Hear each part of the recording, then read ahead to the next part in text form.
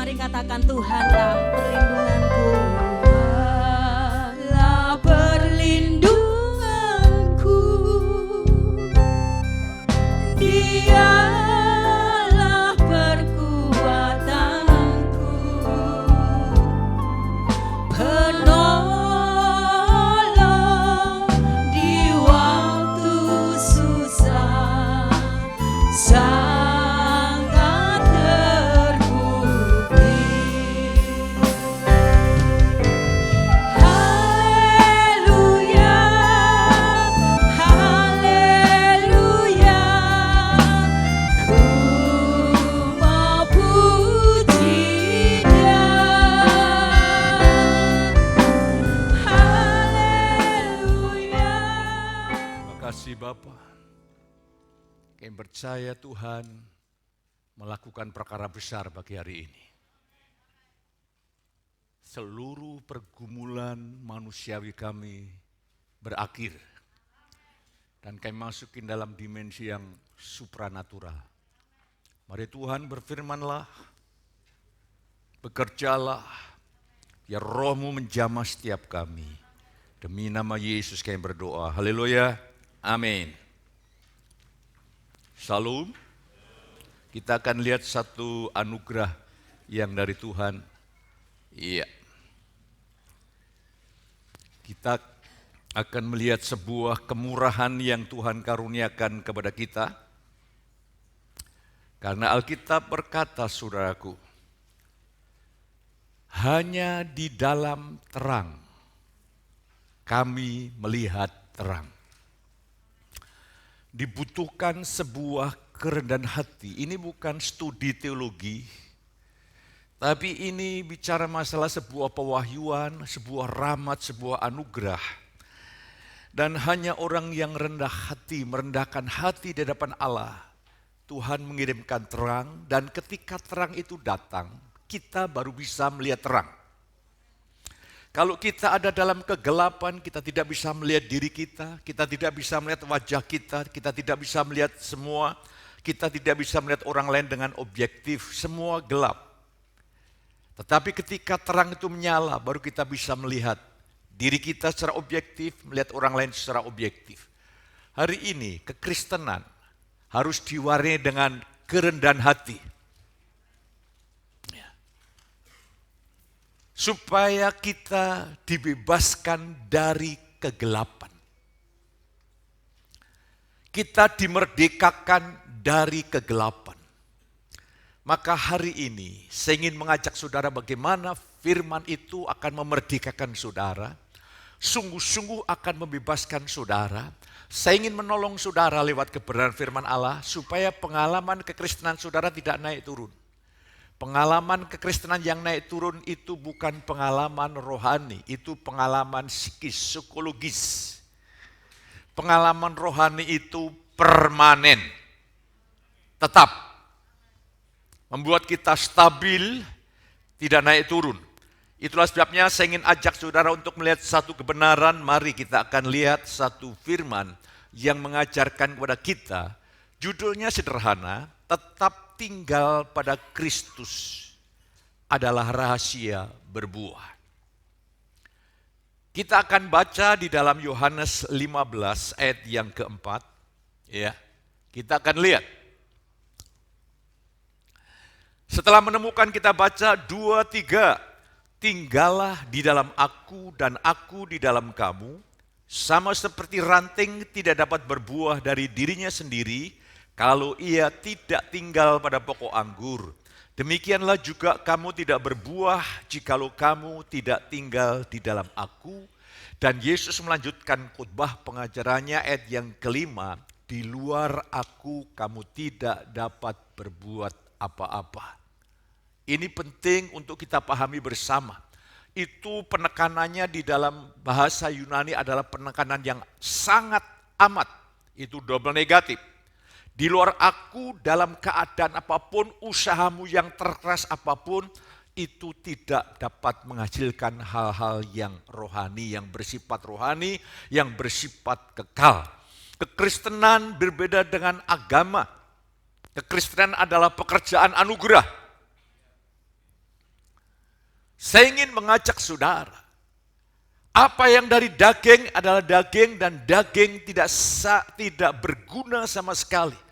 Daging kemanusiaan kita tidak berguna sama sekali untuk pertumbuhan rohani kita, apalagi pertumbuhan orang lain.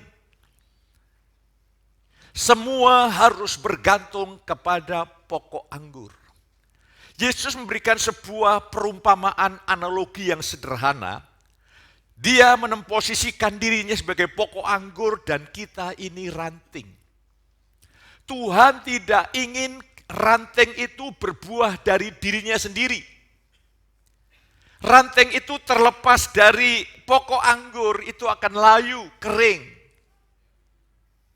Hanya ketika ranting itu tetap melekat pada pokok anggur, maka yang bekerja itu adalah yang bekerja keras adalah pohon anggurnya. Akar-akarnya sampai ke bawah menyerap sari-sari makanan, diolah di dalam proses kimiawi dan mengalirkan buah-buah lewat ranting, tetapi yang mengeluarkan buah itu ranting. Yang bekerja keras adalah pokok anggur. Hari ini Tuhan ingin kita berbuah banyak. Berbuah lebat. Amin. Sebuah pohon anggur yang sudah cukup usia dan tidak berbuah, pasti itu yang memiliki itu menyelidiki apa sebabnya tidak berbuah. Atau mungkin karena terlalu rimbun dan lain sebagainya, maka ada proses-proses pemotongan. Demikian juga Tuhan sang pengusaha itu, dia rindukan kita berbuah supaya Bapak dipermuliakan. Nanti saya ingin ajak saudara untuk melihat satu kebenaran yang sangat indah hari ini. Tuhan menghendaki setiap saudara berbuah banyak. Dan akibatnya Bapak dipermuliakan. Apa artinya ini? Apa aspek praktisnya ini? Tuhan ingin sebagai pokok anggur buahnya mengalir lewat hidup kita.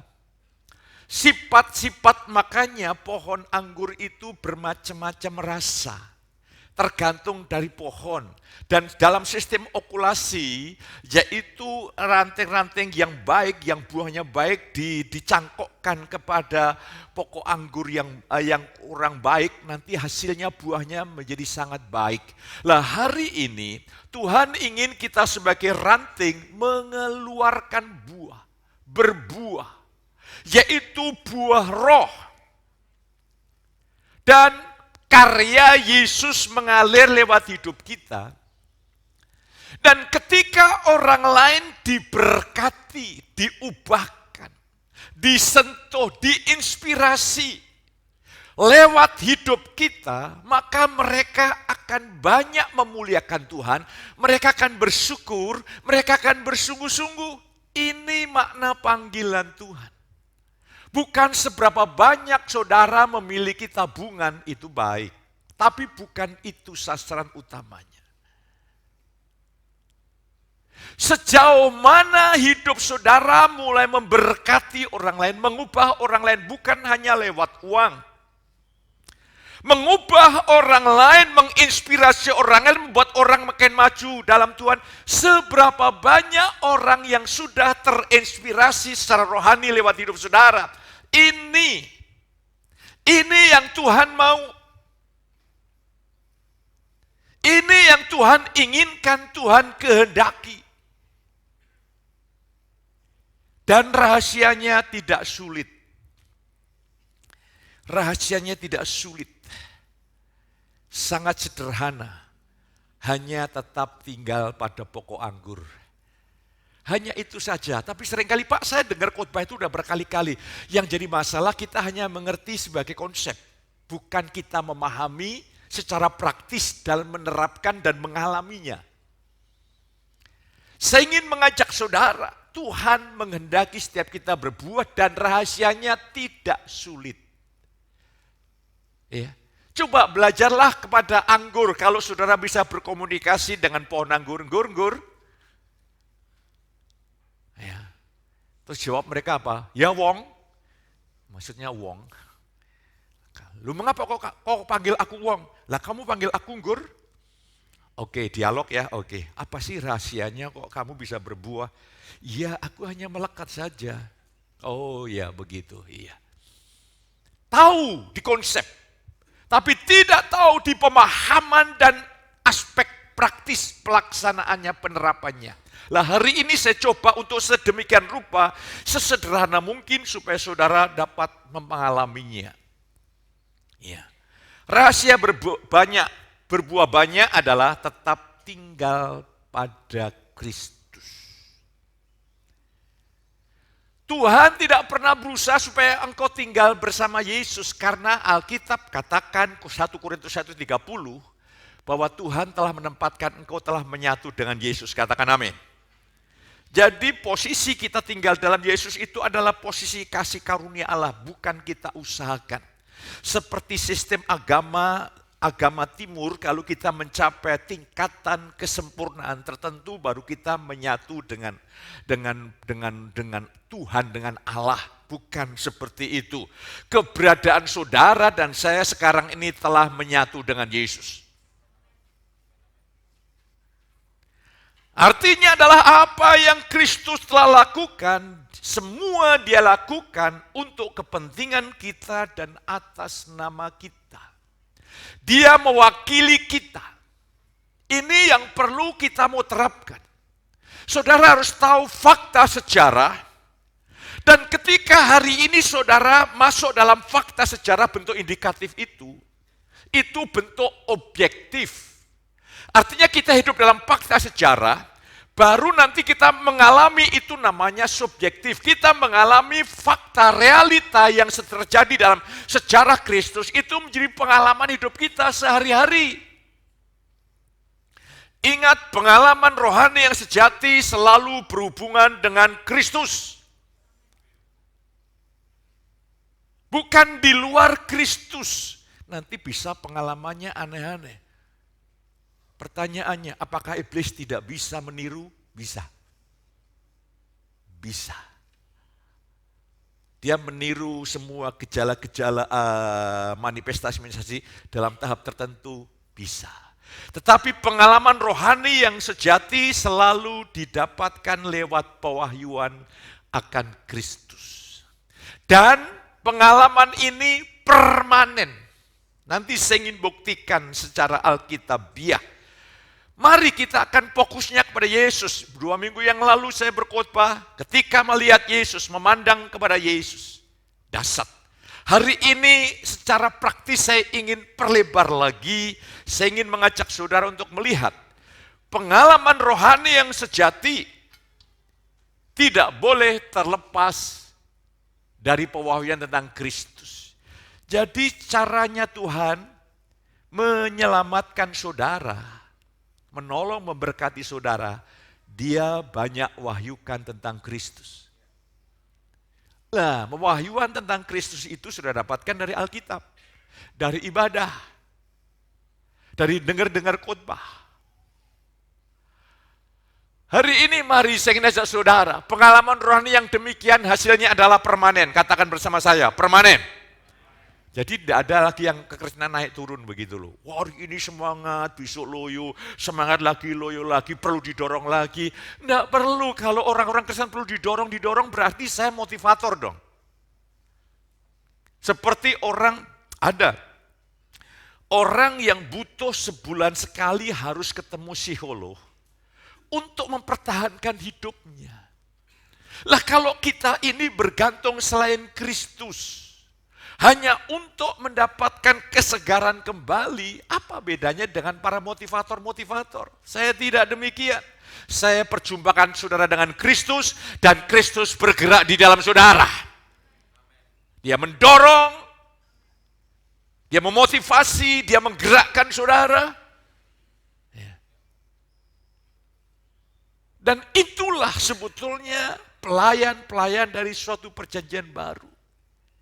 Karya keselamatan dari Tuhan selalu berfokuskan kepada pribadi dan karya Yesus. Tidak ada pada yang lain. Saudara harus memahami sekarang ini, paham realita fakta daripada kematian kebangkitan dan kenaikan Yesus. Ini fokus. Makanya kalau saudara belajar sungguh-sungguh tulisan-tulisan Paulus kepada jemaat di Roma, Korintus, Efesus, Galatia, dia fokusnya hanya satu, Yesus. Saya membaca sebuah buku ditulis oleh seorang hamba Tuhan yang dipakai di seluruh dunia. Dan dipakai Tuhan, dan saya melihat bukan hanya dipakai Tuhan. Saya lihat bagaimana hubungan di tengah-tengah keluarganya sangat baik sekali.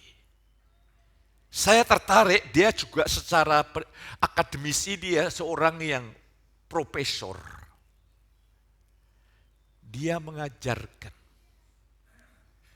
mengajarkan intinya adalah tanpa memiliki hubungan dengan Kristus yang real, tidak ada pertumbuhan rohani.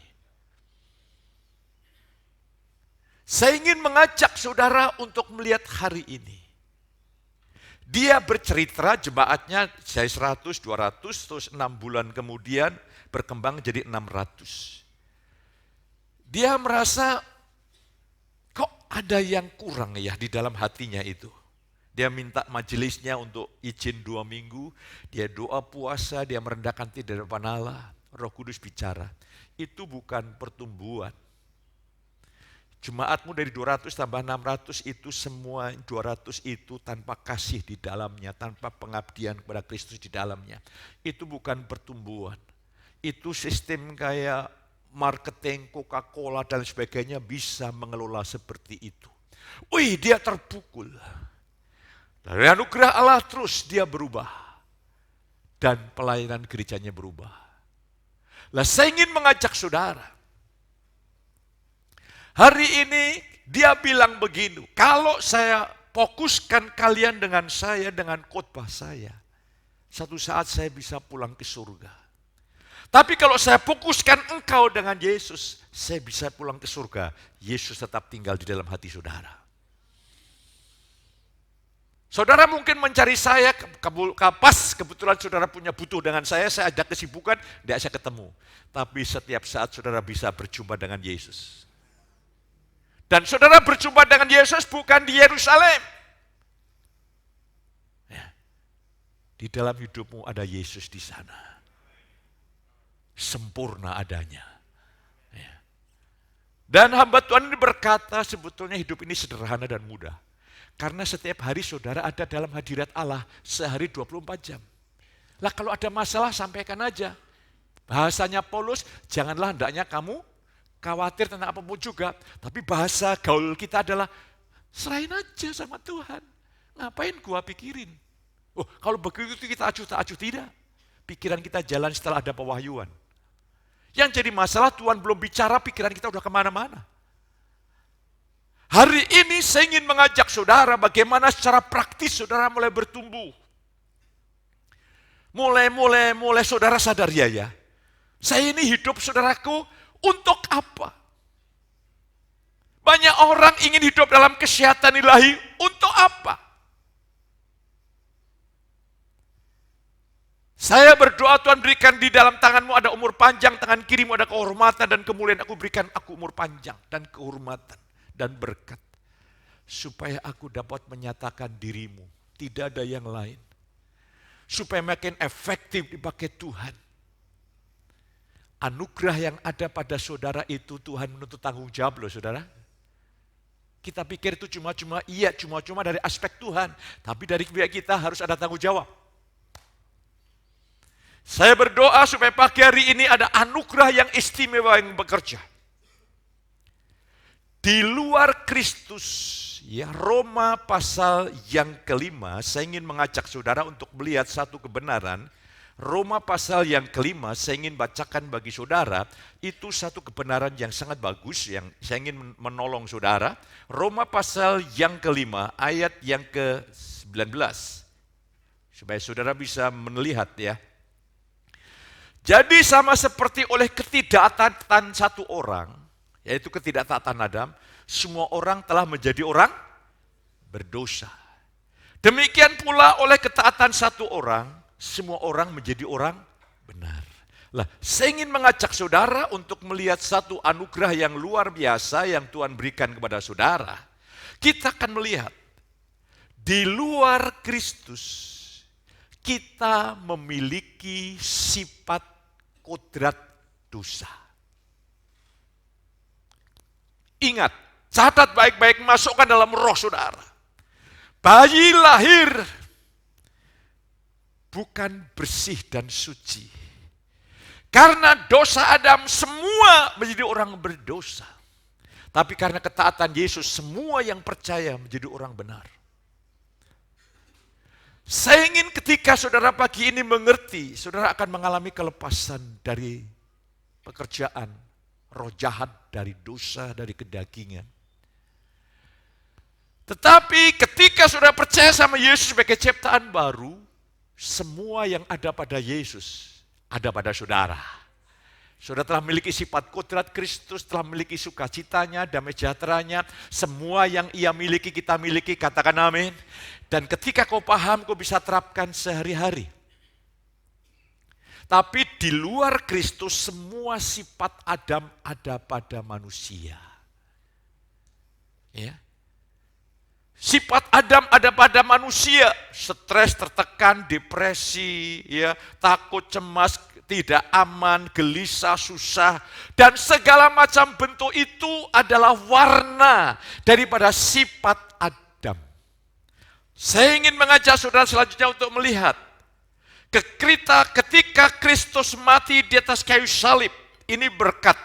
Jadi kita mau melihat, kita mau tinggal di dalam Dia. Bukan tinggal dalam pengetahuan kita. Bukan tinggal dalam perasaan kita. Kita harus tetap tinggal di dalam Yesus. Berarti ketika Yesus mati, saudara juga? Saudara percaya? Katakan sebelahmu, engkau juga sudah mati. Mungkin sebelum berkata, kok nyatanya saya belum mati? Nyatanya saya hidup. Ya, sekalipun kau hidup, Kristus yang hidup di dalam saudara. Kita lihat, sebetulnya pengalaman yang bersifat manusiawi sudah berakhir di atas kayu salib. Makanya seharusnya kalau bukan aku lagi yang hidup melainkan Kristus, seharusnya saudara masuk dalam dimensi apa? Tahun 2023? Supranatural harusnya. Ketika saudara menghadapi kebutuhan, kesempatan engkau melihat pertolongan Tuhan yang ajaib. Itu supranaturalnya di situ itu. Ketika saudara menghadapi berbagai macam kesulitan masalah yang tidak menyenangkan, engkau punya cara berpikir yang ilahi. Yes, tidak apa-apa. Tuhan turut bekerja, mendatangkan. Itulah yang disebut supranatural, bukan berarti tidak ada masalah. Tapi kalau masalah menjadi berkat yang terbaik, itu bukan masalah. Mari saya ingin ajak saudara untuk melihat apa makna Kristus dan kayu salib. Kita perlu tinggal di dalam Yesus, jangan tinggal dalam pikiran perasaan kita. Poin yang pertama adalah semua dosa kesalahan saudara dari sejak lahir sampai mati nanti sudah ditanggung Yesus di atas kayu salib. Sebab Dia mewakili saudara dan saya dihukum Allah untuk dosa seluruh dunia. Seharusnya saudara dan saya ini bebas dari tekanan tuduhan rasa bersalah. Seringkali saudara tidak tetap tinggal di salib, saudara tinggal dalam pemahaman saudara. Tinggal dalam perasaan. Ketika saudara tinggal dalam pikiran saudara, perasaan saudara, berarti engkau tinggal di luar Kristus. Tidak berapa lama sifat Adam akan kembali lagi, iblis akan leluasa bekerja. Tetap tinggal, apapun yang terjadi aku sudah mati. Perasaan apapun yang berkecamuk, aku sudah mati bersama Yesus. Yes, dosaku sudah diampuni sekali untuk selama-lamanya. Katakan amin. Sehingga saudara punya keberanian datang pada tahta kasih karunia untuk mendapatkan pertolongan pada waktunya. Ini sebuah dasar keyakinan yang tidak naik turun. Ini sebuah keyakinan yang bersifat permanen. Tuhan sudah membayar lunas, sudah selesai. Sudah dibayar lunas. total, sempurna. Emangnya Tuhan kaget ketika engkau tersandung dalam dosa? Aduh, ini belum saya salibkan. Aduh, ini belum saya salibkan. Tuhan pernah berkata begitu? Tidak. Dia sudah salibkan. Dia sudah salibkan. Loh, kalau begitu kan kita enak hidup dalam dosa. Ingat, saudara dulu adalah memiliki sifat kodrat dosa. Sekarang memiliki sifat kodrat Kristus. Sehingga kita punya gaya hidup adalah gaya hidup dalam kehendaknya. Kita perlu melihat di sini. Puji Tuhan, masalah dosa telah diselesaikan Yesus. Yang kedua, saya akan berikan ilustrasi di sini penting. Caranya untuk saya berikan ilustrasi dulu. Minuman keras masih beredar dan seringkali hanya coba untuk toko-toko itu diambili minuman kerasnya, disita dan sebagainya. Tapi minggu depan buka lagi dan sebagainya. Untuk menghapus minuman keras adalah pabrik-pabrik minuman keras. Semua potensi yang membuat bisa membuat minuman keras dikasih larangan yang keras, dihancurkan, ditutup. Maka ketika tidak ada lagi pabrik minuman keras, tidak ada lagi supplier, tidak ada lagi distribusi minuman keras karena pabriknya ditutup. Manusia berdosa karena Adam. Manusia memiliki sifat kodrat dosa. Maka perbuatan-perbuatan dosa itu, sekali lagi, perbuatan-perbuatan dosa itu ekspresi dari pabrik dosa aku yang kita warisi dari Adam. Makanya saudaraku susah sekali untuk memberantas dosa karena seringkali yang diberantas hanyalah kalau saya ilustrasikan tadi pabrik-pabrik minuman keras hanya perilakunya jangan ini, jangan ini, jangan ini. Yang jadi masalah adalah tindakan perbuatan dosa itu ekspresi dari pabrik dosanya. Lah caranya Tuhan menyelesaikan dosa yang pertama, Dia ampuni semua dosa kesalahan kita atas kayu salib. Roma sebelum pasal yang ke-6, semua dosa-dosa kita telah diselesaikan atas kayu salib. Tetapi yang kedua adalah pabrik dosa yang ada dalam hidup kita. Yang kita warisi dari Adam itu juga ikut disalib. Dan sekarang diganti dengan pabrik kebenaran. Pabrik buah roh, yaitu Kristus. Tetap di sana. Disinilah terjadi pencobaan peperangan. Iblis mencoba menyerang pikiran saudara. Dengan berbagai macam serangan, Tuhan ingin engkau tetap tinggal dalam Yesus. Tidak, saya tahu saya sudah mati. Dosa saya sudah terkubur. Manusia dosa saya sudah tersalib sekali untuk selama-lamanya. Yang hidup adalah Yesus. Disinilah terjadi peperangan yang dahsyat. Dan ini juga tanpa sadar, kita juga melihat orang lain dari sudut kacamata di luar Kristus. Kita melihat orang lain, melihat aspek kelemahan dan kelemahan dan kelemahan. Saya tidak bisa mengubah saudara. Di dalam lewat firman-Nya yang mengubah Tuhan tentunya, tapi lewat khotbah-khotbah kalau saya melihat saudara orang berdosa, pemberontak, saya tidak bisa firman mengubah saudara karena saya tanpa iman. Saya harus melihat saudara semua adalah ciptaan baru. Pabrik dosa yang ada pada saudara sudah dihabiskan sekali untuk selama-lamanya. Katakan amin. Nah, yang jadi masalah seringkali pemahaman kita yang tidak akurat. Lah saya benahi. Saya doakan. Saya tidak mau menaruh dendam dan kebencian dengan seorang pun. Kalau ada perasaan dendam, perasaan kecewa dan sebagainya, saya memberkati, saya mengampuni. Selesai. Saya punya tugas untuk membawa orang-orang berjumpa dengan Tuhan dan terus membenahi pemahamannya supaya Kristus yang ada di dalam hidup jemaat dapat mengalir keluar. Itu merdeka, saudara. Saya ingin puji Tuhan. Pabrik dosa sudah selesai di atas kayu salib. Sekarang Kristus tinggal dalam hidup kita, menjadi pabrik baru.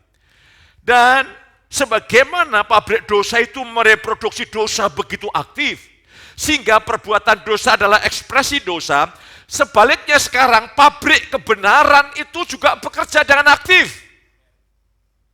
Maka kita juga aktif mendistribusi, menyalurkan pekerjaan Kristus, buah roh, karya Yesus, pelayanan Yesus mengalir lewat kita.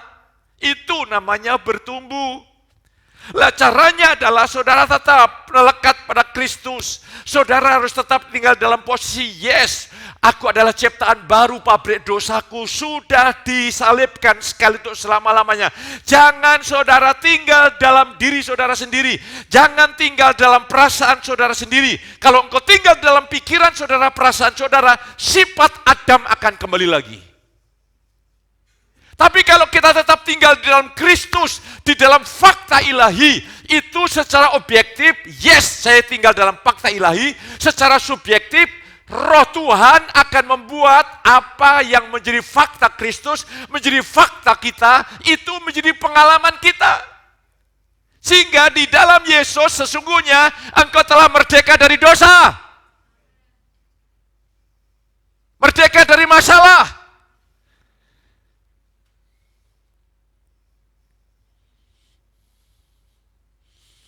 Mosok karya Tuhan yang dahsyat hanya menghasilkan kehidupan yang lemah dan tidak berdaya.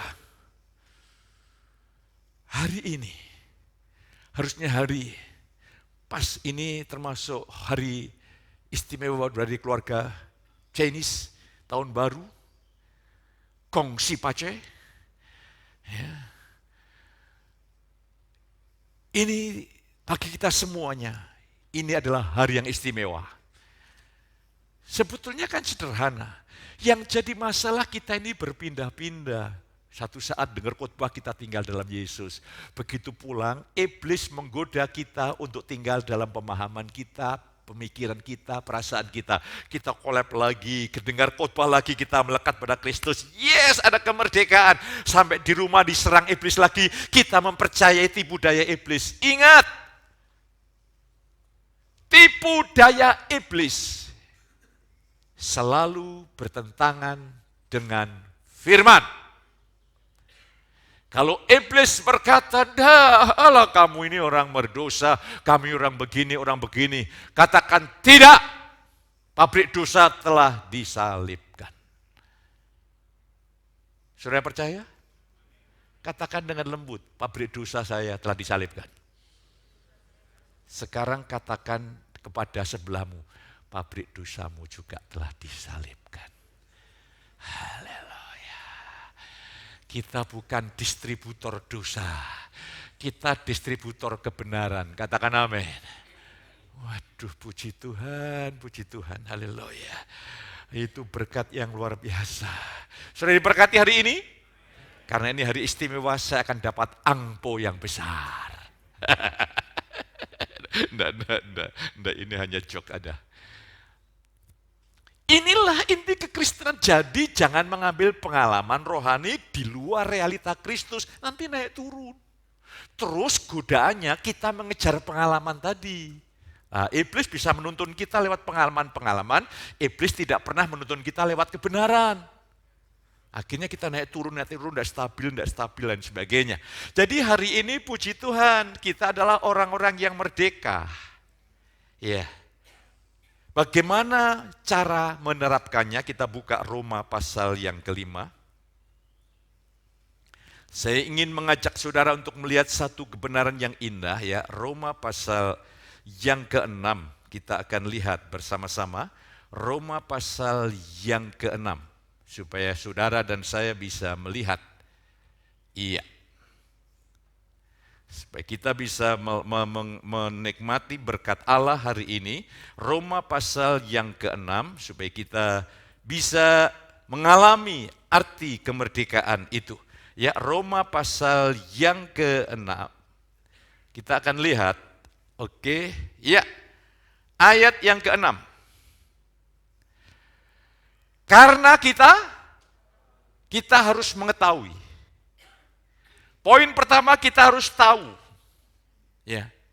Bahwa apa yang terjadi dengan Yesus terjadi dengan kita, dan kita telah menyatu dengan Yesus sempurna. Berarti hari ini manusia lama kita juga telah salibkan. Kita harus tahu dulu, kita harus memasukin fakta sejarah yang telah terjadi dengan Yesus 2000 tahun yang lalu. Kita masuk di sana, kita mempercayai, kita meyakini ini kebenaran objektif. Lah setelah kita yakin, nanti Roh Kudus akan menjadikan itu pengalaman hidup kita. Setelah itu ayat yang ke-11, yang pertama kita perlu tahu. Yang kedua ayat 11 berkata begini, demikianlah hendaknya kamu memandangnya. Memandang ini kayak hitungan accounting begitu loh. Contohnya saudara dapat transfer, teman saudara mengirim bukti resi, aku telah transfer kamu 100 juta. Oke, saudara belum pegang uangnya. Tapi saudara sudah yakin engkau memiliki itu. Engkau belum bisa melihat faktanya. Tapi secara accounting, secara ekonomi hari ini engkau harus menjadikan itu real. Sekarang saudara telah mati bagi dosa. Katakan amin. Engkau telah mati bagi dosa. Tapi kan Pak, perasaan saya, pikiran saya dan segala macam berkecamuk. Itulah namanya inti pencobaan.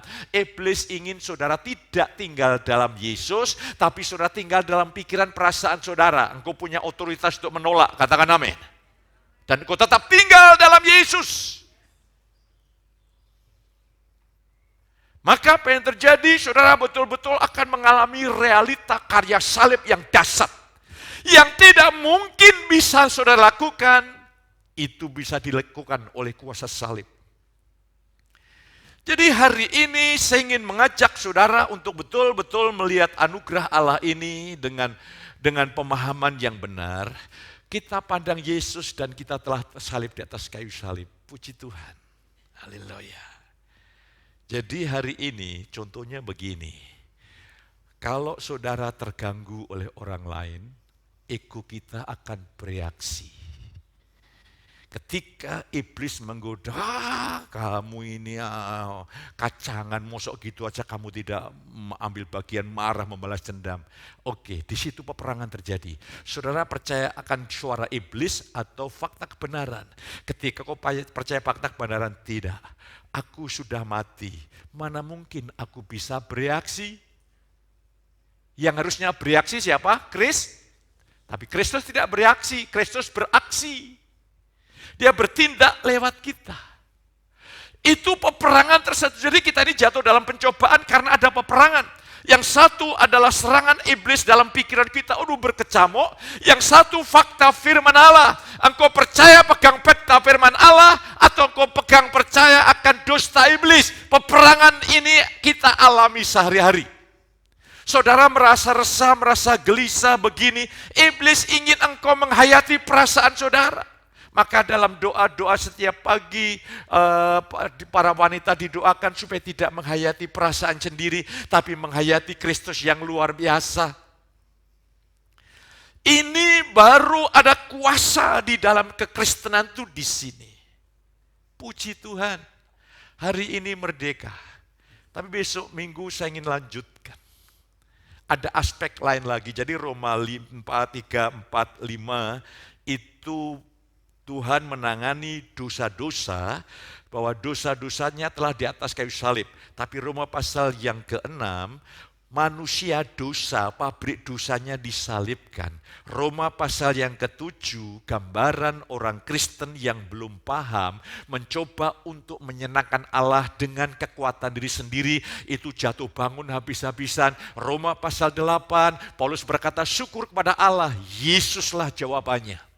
Maka Paulus hidup dalam roh, dalam kuasa roh.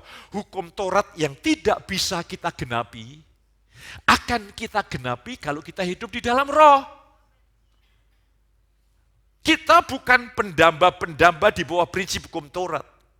Tapi kita bukan pemberontak hukum Taurat. Karena hukum Taurat itu kalau diperas cuma satu, kasih.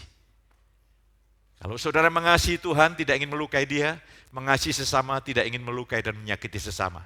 Selesai masalah. Lah, saya ingin ajak hari ini, Tuhan ingin saudara bertumbuh, berbuah, buahnya dinikmati. Sejauh mana saudara mulai menjadi berkat, inspirasi bagi orang lain. Jangan berpikir kasih karunia itu cuma-cuma yes, tetapi dari pihak kita harus ada pertanggung jawaban. Untuk apa? Untuk nilai upah kekekalan. Kita patut bersyukur, tetap ketika saudara menikmati begitu, maka saudara akan mengalami kemerdekaan, kebebasan yang sesungguhnya. Yang tidak bisa kita raih secara manusia, Tuhan kerjakan dengan luar biasa. Kristus bukan hanya mati, tapi dia juga bangkit. Ketika Kristus bangkit, rohnya tercurah. Rohnya mengalir. Dan rohnya tinggal dalam hidup kita. Kolose 1 ayat yang ke-27, saya ingin mengajak saudara untuk melihat, supaya saudara bisa memahaminya. Kita akan lihat saudara, kita akan betul-betul belajar. Ya, Kolose 1 ayat 27 ada satu kebenaran dikatakan di sini. Kristus, ya dikatakan kepada mereka Allah mau memberitahukan betapa kaya dan mulianya rahasia itu. Jadi yang saya sampaikan ini rahasia yang sangat kaya, rahasia yang sangat mulia, dahsyat. Di antara bangsa-bangsa lain, di antara bangsa-bangsa lain non-Yahudi, yaitu Kristus ada di tengah-tengah kamu. Dalam bahasa Inggrisnya adalah Christ in you. The hope of glory, pengharapan akan kemuliaan. Apa arti kemuliaan? Ya, sehari-hari kita akan menyatakan kemuliaan Yesus. Ya. Kita akan mengalirkan pekerjaan Yesus, akan mengalirkan buah roh. Dan waktu Yesus datang kedua kali, kita akan dibangkitkan serupa dengan Dia. Jadi hari ini rahasia pengharapannya hanya ada pada Yesus. Berkemenangan ada pada Yesus. Jalan keluar ada pada Yesus. Menang atas dosa ada pada Yesus. Berkelimpahan ada pada Yesus. Semua kebutuhan kita jawabannya cuma satu. Yesus. Dan bukan Yesus yang jauh. Yesus yang ada bersama dengan saudara. Dan kalau kehadiran Tuhan yang dahsyat hanya menghasilkan hal-hal yang biasa-biasa, perlu bertanya saudaraku, ada sesuatu apapun. Maka saya harus menjadi orang yang berbelas kasih kepada saudara. Karena saya tahu sebagai gembala sidang, saudara mengalami ada peperangan, harus menghadapi ini dan itu. Dan saya tahu musuh saya bukan darah daging, musuh saya adalah iblis. Saya ada satu pengalaman, ya.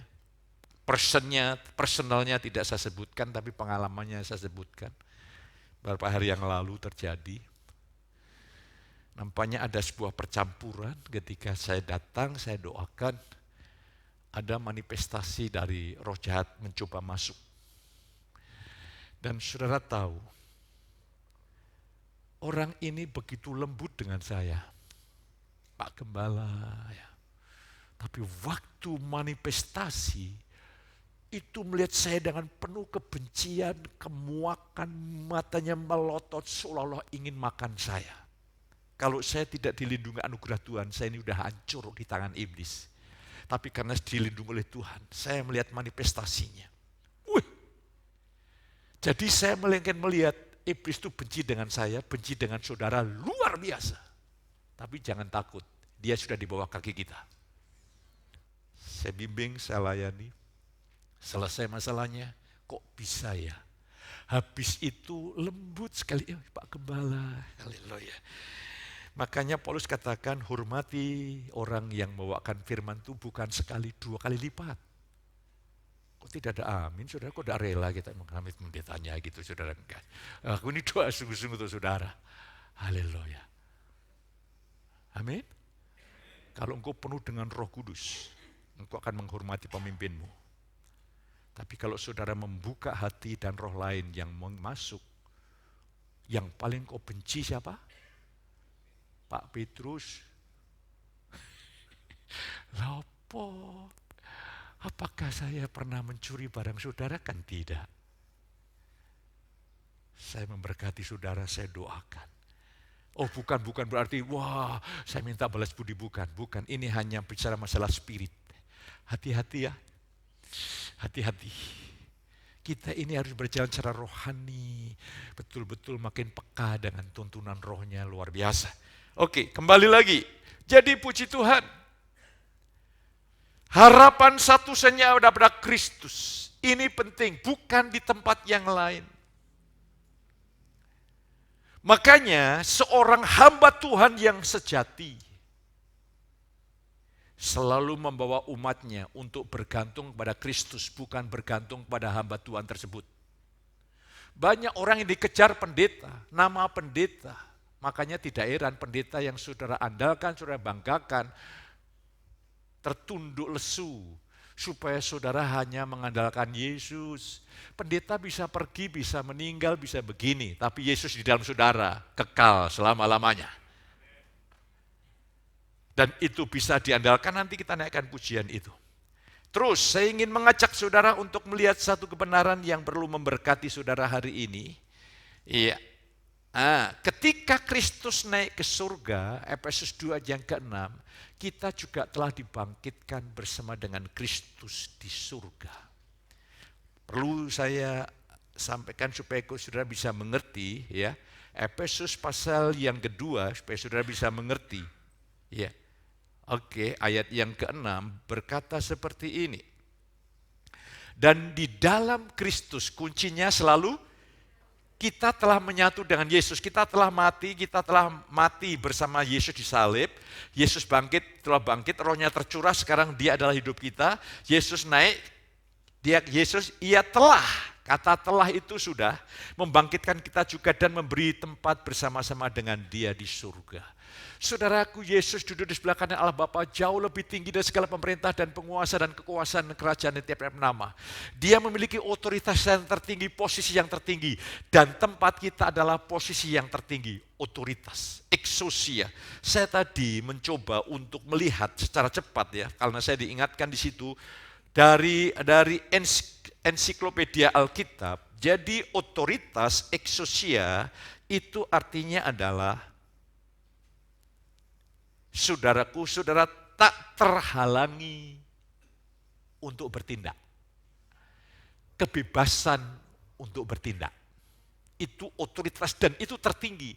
Sehingga maut tidak boleh mengganggu saudara.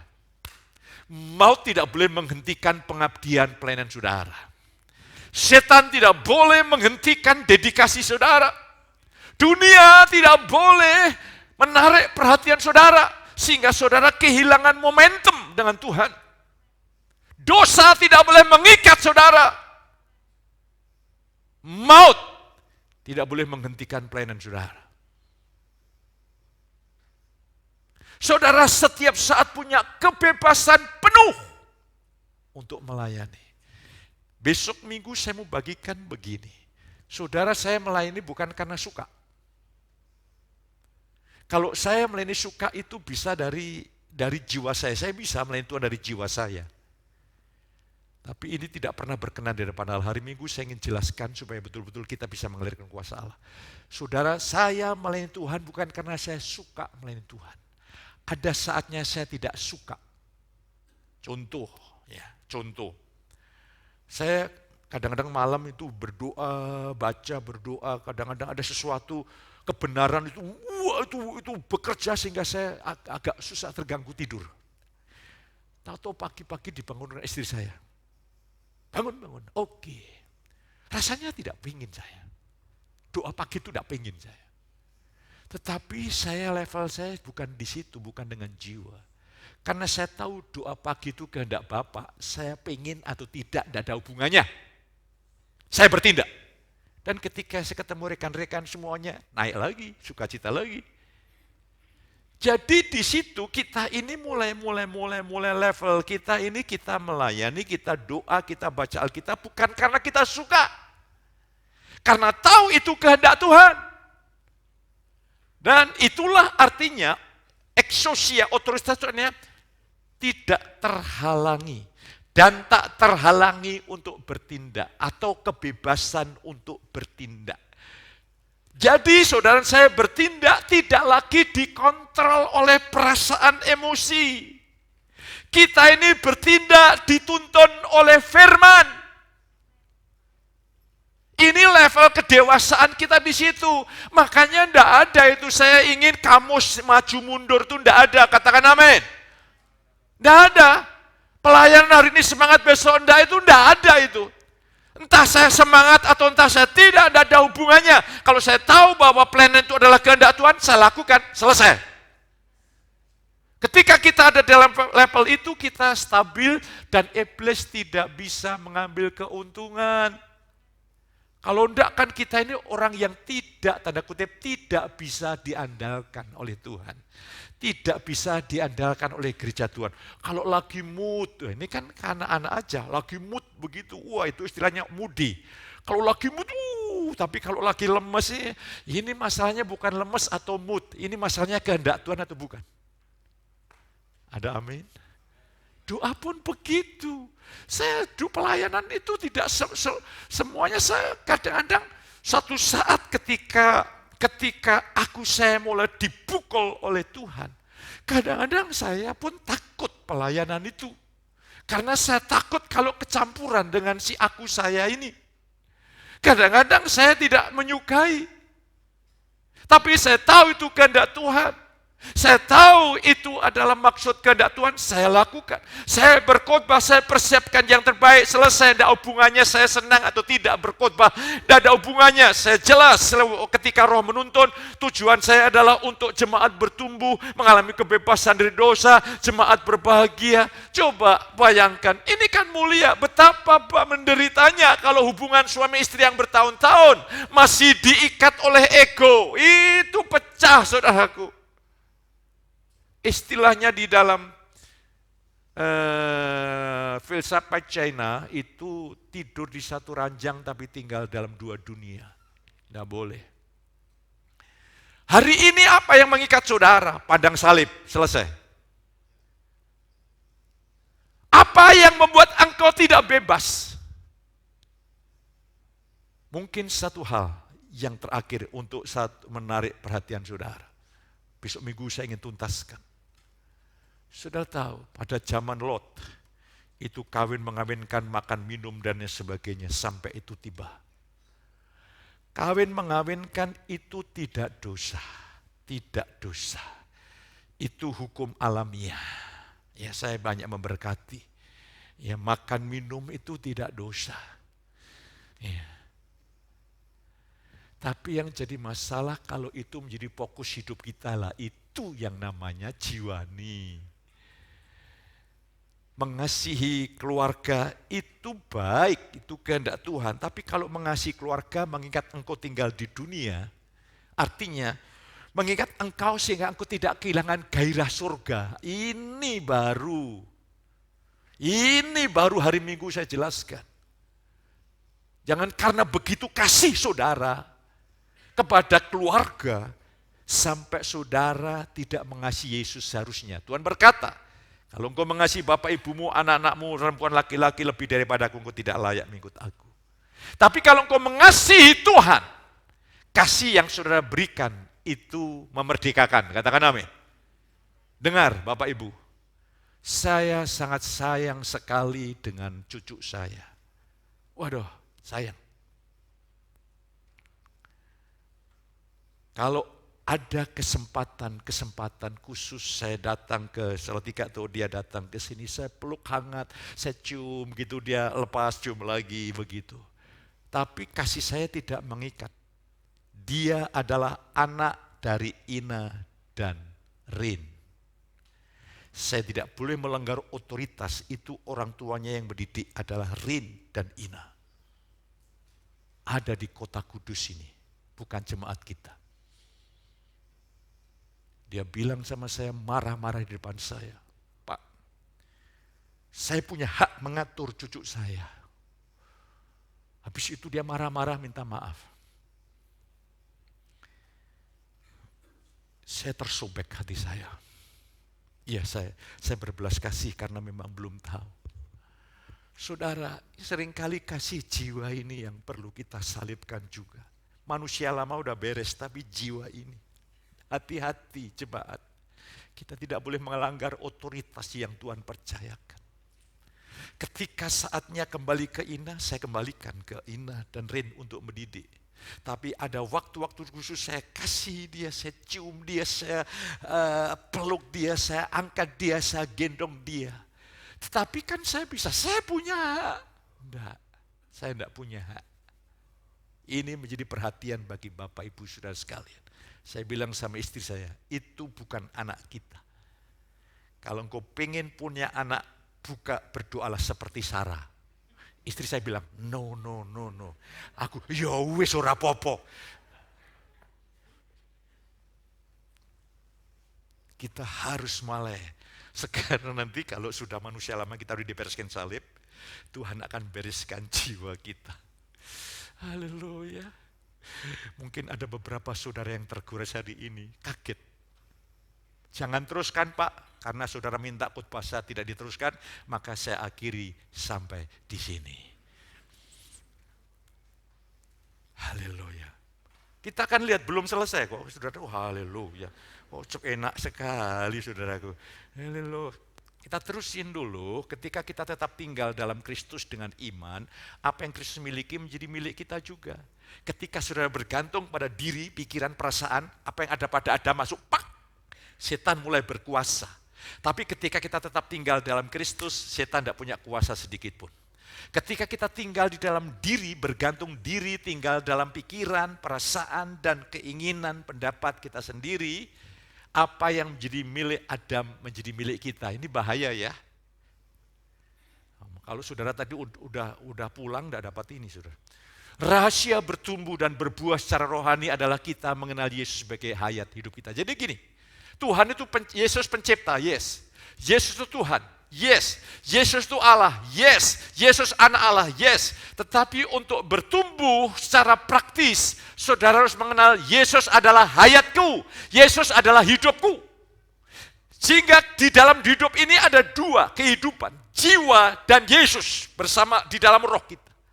Saudara bergantung jiwa akan kehilangan berkat yang terbaik. Tapi kalau engkau kehilangan jiwa, lah seperti apa Pak kehilangan jiwa? Kehilangan jiwa saya baru dapat 3 hari yang lalu. Kehilangan jiwa itu aku tidak lagi memuaskan keinginannya. Aku tidak tunduk pada jiwa. Aku tidak ingin mencari kesenangan jiwa. Aku hanya tunduk pada Kristus. Hanya ketika jiwa ini siap untuk diremukkan, maka seperti gandum, itu di dalam gandum itu ada biji untuk tumbuh, tapi sekali-kali dibungkus oleh kulit sehingga tidak bisa bertumbuh.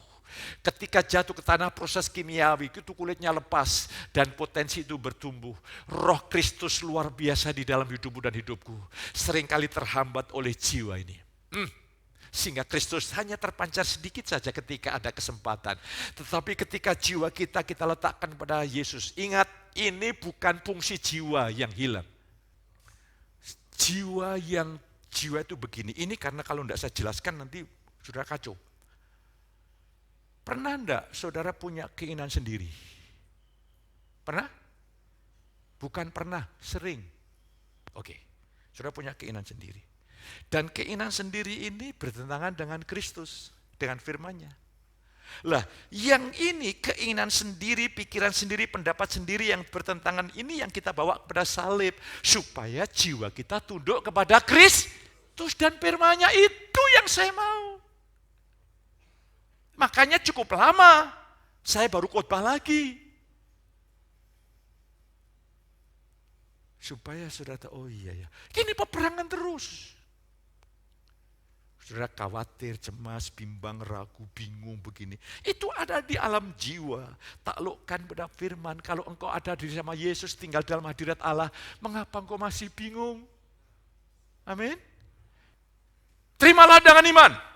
Apa yang Yesus miliki, sudah engkau miliki. Sempurna. Dan engkau punya otoritas tertinggi. Tidak ada lagi yang menghalangi engkau untuk bertindak di dalam kehendak Tuhan. Maut tidak berkuasa, setan tidak berkuasa, penyakit tidak berkuasa, dunia tidak berkuasa, dosa tidak berkuasa. Kristus yang berkuasa. Haleluya. Sebagaimana Tuhan menyertai Yusuf, sehingga Yusuf menjadi orang yang diberkati Tuhan. Apa yang diperbuatnya berhasil, dilipat kali gandakan, hidupnya menjadi berkat yang luar biasa. Hal itu terjadi kepada setiap saudara. Angkat tangan saudara, pulanglah dengan berkat ini, saudara siap menjadi berkat bagi banyak orang. Engkau diberkati di rumah, di luar rumah, di dalam kota, di luar kota. Teman-temanmu akan terberkati oleh Tuhan lewat hidup saudara. Orang-orang yang dekat dengan saudara terberkati. Pulanglah dengan sukacita di dalam berkat Bapa, kasih Yesus Kristus, lewat Roh Kudus menyertai saudara ini pagi sampai selama-lamanya. Yang diberkati katakan sama saya, Tuhanlah